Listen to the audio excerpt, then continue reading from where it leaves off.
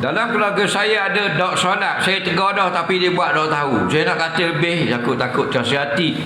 Macam mana itu, kata biar terasa pula. Kerana apa? Kalau kita kata terasa hati, mana lebih seksa daripada azab akhirat. Dia sekadar berasa hati, sakit hati kita tak? Dan akhirat kayak gini, mana lebih sakit?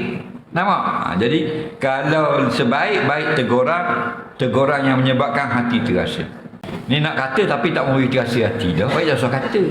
Faham tak? Jenayah yang dilakukan besar. Kalau jenayah tu kecil lain. Apa kalau mencuri potong tangan, berzina 100 pukulan. Tinggal semayang hukuman mati bah. Hak mazhab. Cuma bezanya ni taruh 3 hari, tu taruh dah taubat tu sebulan duduk dalam penjara, ni bunuh selalu. Pak mazhab hukuman mati. Tinggal solat jangan main. Jadi apa sikit lah kalau terasa hati dia. Biar dia terasa lagi lah. Betul tak? Takkan nak buih mulu. Kata lagi lah. Nampak? Mu ni tahan api neraka ke mana?